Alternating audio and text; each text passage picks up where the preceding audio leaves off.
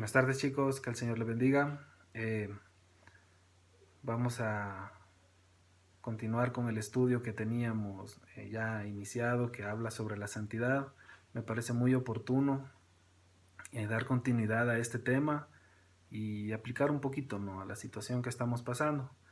Entonces, pues los invito a que se unan conmigo en una oración y para que podamos empezar el estudio, ¿no? Gracias, Señor, por todo lo bueno que tú eres, porque, Señor, a pesar de que hay afuera una situación de peligro, Señor, sabemos que podemos estar confiados en ti. Nosotros dependemos de ti, Señor, totalmente, y confiamos en que tú vas a usar todos tus recursos para mantenernos sanos, darnos esas promesas que tú nos has dado, y queremos, Señor, depositar toda nuestra confianza solamente en ti, Padre. Gracias, Señor, en el nombre de Jesús. Amén. Bueno, el tema que hemos estado conversando, la santidad. Como decía, me parece muy oportuno platicar sobre este tema aplicándolo a lo que estamos viviendo.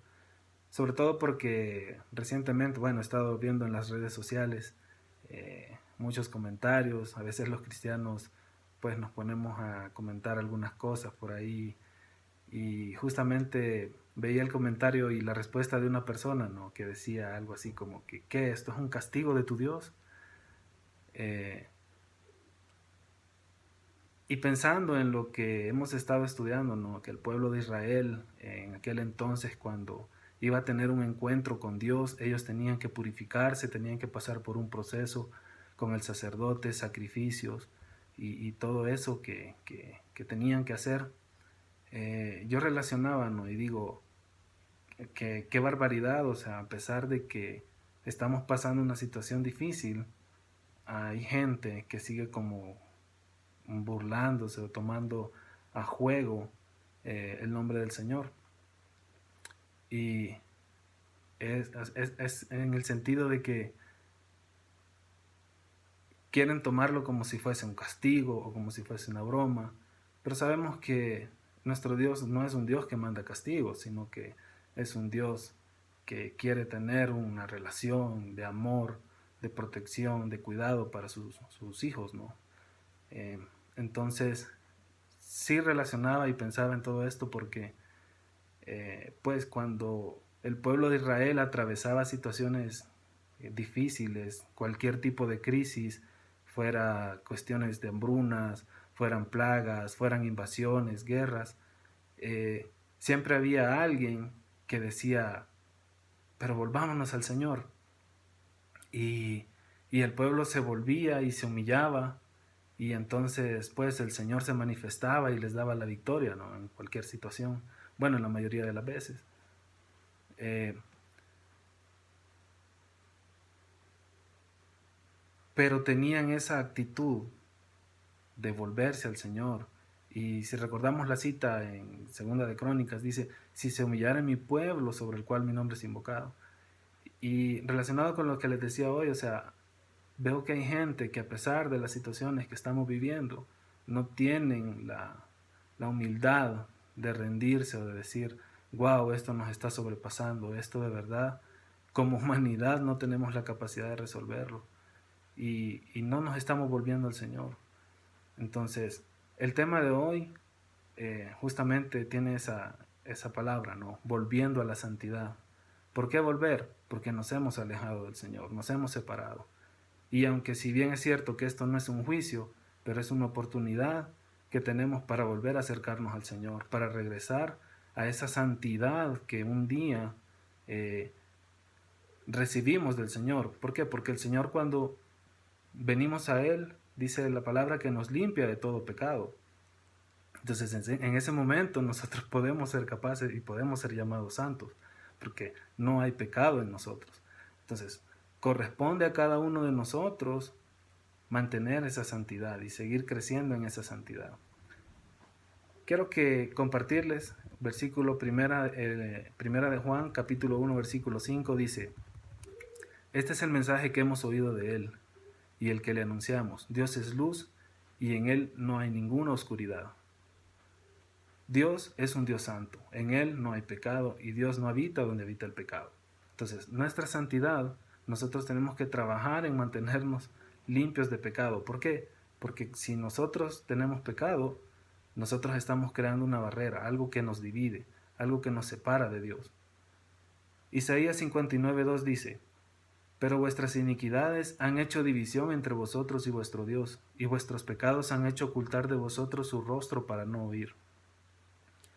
El pecado es lo que nos puede separar del Señor. Entonces, nosotros tenemos que enfocarnos y trabajar en nuestra vida diaria, en nuestra vida cristiana, en no cometer esas cosas, en no hacer cosas que desagraden al Señor.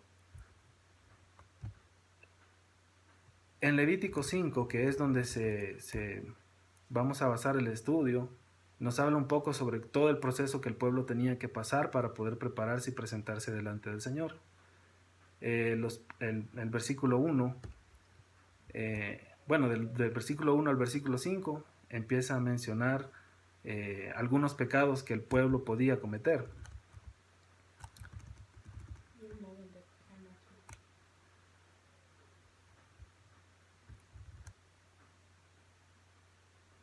Entonces, ahí en el versículo 1 empieza a hablar y a mencionar sobre la importancia que cada uno de nosotros como individuos tiene delante del Señor. Vemos claramente en la introducción que dice, si alguno pecare, o sea, lo dice como por individuos, ¿no? Y de hecho la palabra hebrea que se traduce como sí, es la palabra ki, y generalmente se traduce como por qué o dado que. O sea, en esta palabra nos está diciendo, no, tiene una connotación de que algo va a pasar. No es por si acaso alguien, sino de que algo que va a pasar. Entonces la Biblia reconoce y el Señor sabe que como humanos nosotros vamos a fallar y podemos pecar. Entonces, el primer paso para nosotros poder volver a una vida de santidad es reconocer nuestros pecados, es reconocer nuestras fallas. Dios dijo a los israelitas que las personas pecan, que experimentan culpa y que son responsables por esa culpa. Entonces, este versículo es bien específico en cuanto a la ilustración de la rotura, ¿no? Si alguno pecare por haber sido llamado a testificar, dice el versículo 1, y fuere testigo que vio o supo y no lo denunciare, es decir, la persona es testigo de una falta y no la denuncia, entonces es considerado como culpable. Existen dos tipos de pecado, como ya lo sabemos. Están los pecados que cometemos por omisión, que es cuando pecamos sin saber, y están los pecados por comisión, que es cuando pecamos ya sabiendo, ¿no? O sea, ocultamos o dejamos de hacer algo. Cuando sentimos que el Espíritu Santo habla en nuestros corazones o a la conciencia y no le prestamos atención, entonces ahí estamos pecando contra Dios.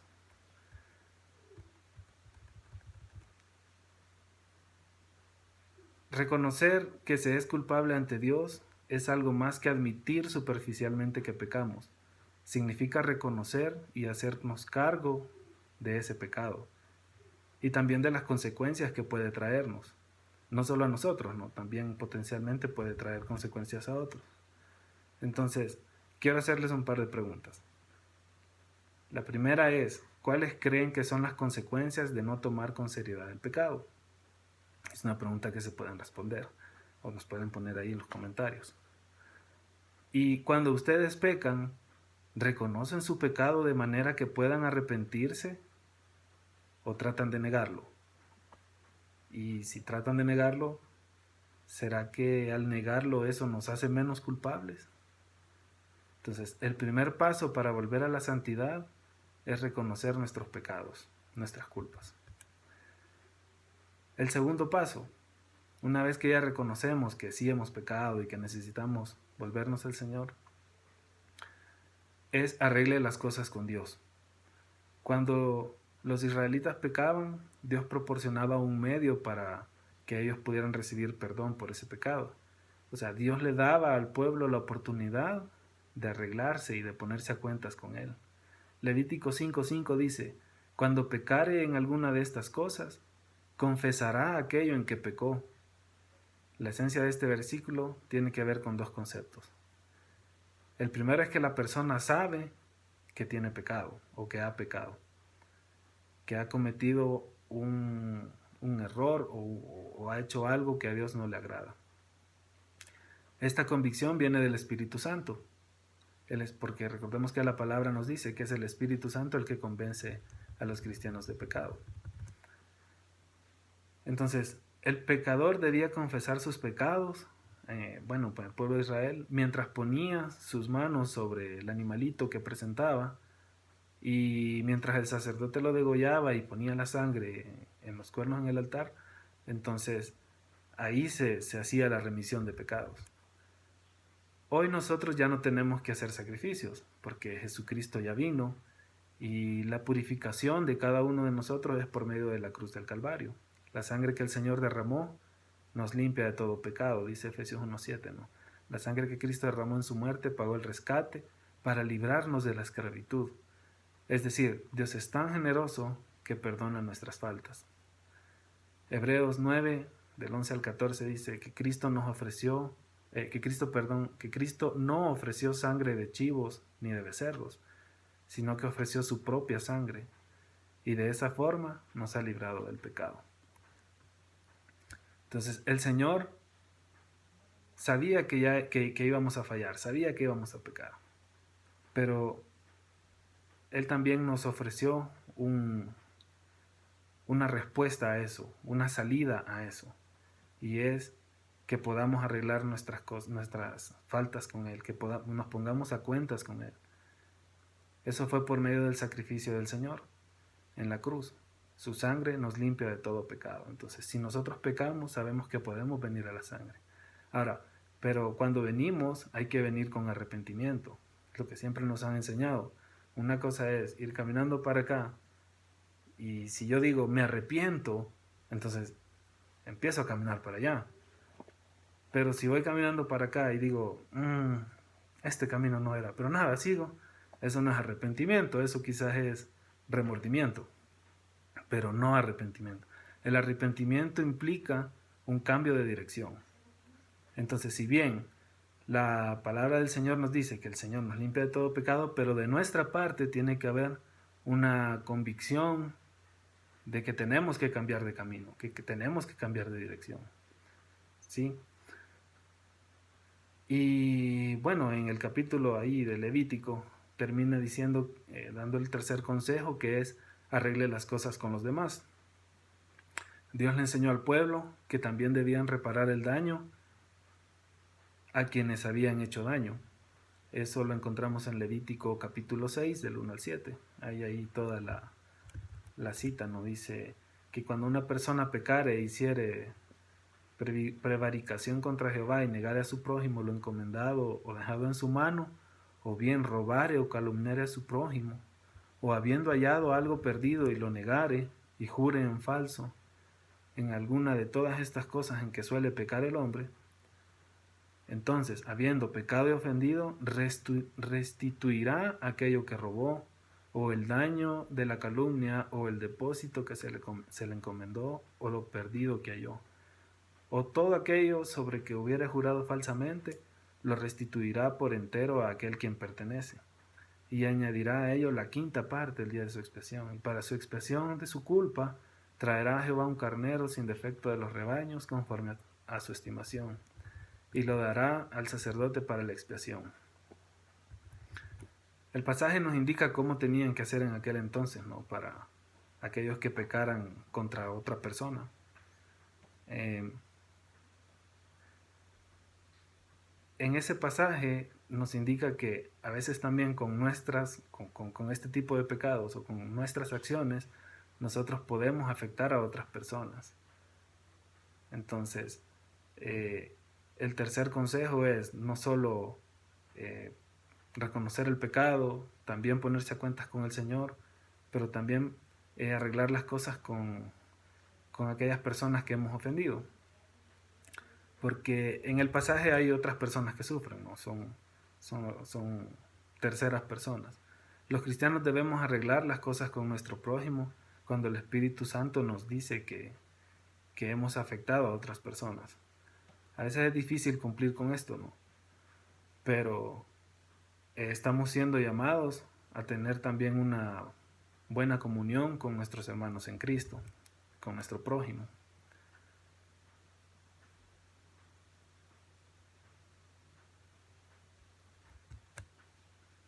Estos son 3 consejos que nosotros, queríamos compartir y darles a ustedes, porque